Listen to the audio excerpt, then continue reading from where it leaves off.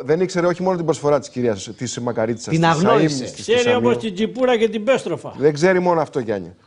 Την τσιπούρα και την πέστροφα την ξέρουν πολλοί μέσα στο Πασόκ. Ξέρεις γιατί? Γιατί κάνουν παρεούλα τα βράδια. Το καινούργιο και με τις τσιπούρες και με τις πέστροφες. Το διαμέρισμα το καινούργιο που βλέπει την Ακρόπολη με τη θέα την ωραία που τιμάζει ο Γερουλάνος. Την ξέρεις την ιστορία με την τσιπούρα και την πέστροφα? Για πες. Να την πω, δεν μπορώ να την πω, γιατί ακόμα και στο διαδίκτυο είναι ακατάλληλη. Κατάλαβες? Λοιπόν, αυτοί κάνουν την βουτάνα από την ουρά και κάνουν ολονυχτία με την τσιπούρα και την πέστροφα. Ολονυχτία!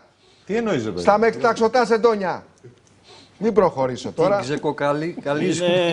Την τσιπούρα και την πέστροφα. Την ξεκοκαλίζουν, όπως λέει ο Χίτος. Αλλά είναι δύσκολη η έξοδος. Τον τεινάζουνε.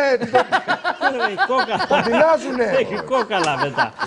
Την τεινάζουνε την αχλαδιά.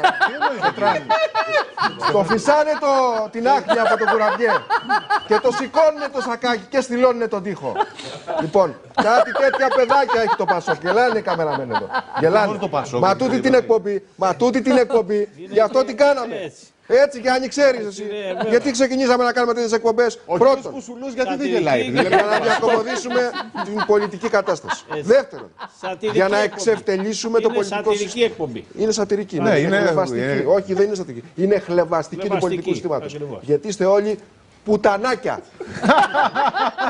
Είστε όλοι πουτανάκια του συστήματος. Γι' αυτό. Εκδιδόμενες γυναίκες. Το κατάλαβες, Γιαννάκη? Γιατί γι' αυτό γουστάρω το διαδίκτυο, γι' αυτό γουστάρω το ισχυρό μακελιό.gr. Γιατί εδώ μέσα θα σας αλλάξουμε τα καρφοπέταλα.